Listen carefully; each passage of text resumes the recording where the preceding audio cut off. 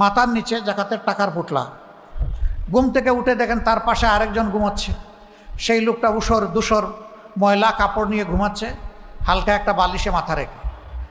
তার অন্তর খুশিতে উজ্জ্বল হয়ে উঠল, ফুলে উঠল যে এতক্ষণে ঠিকানা পেয়ে গেছি, এখন ভার মুক্ত হতে পারবো।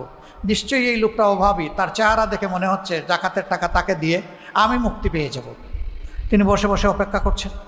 লোকটার যখন ঘুম ভাঙলো, সালাম দিলেন। সে লোক বলল, আপনি? বললেন যে আমি আপনার মতোই আল্লাহর এক বান্দা। আল্লাহ বোধহয় আপনাকে আমার জন্য ফেরেশতা হিসেবে পাঠিয়েছেন। বুঝলাম না আপনি কি বলতেছেন। কয়, ভাই আমি কিছু জাকাতের অর্থ নিয়ে কয়েকদিন ধরে ঘুরছি, কিন্তু কোনো ঠিকানা খুঁজে পাচ্ছি না। কারে দিব, কে নিবে? যারে বলি হেই নেয় না।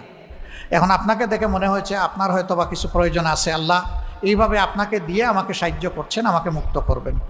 কয়, ভাই আপনার যে দশা, আমারটা আরও খারাপ। আমি তো 15 দিন ধরে ঘুরতেছি, এই জন্য আমার চেহারার এই অবস্থা। আমার পুটলায়ও জাকাতের টাকা। That was the scenario.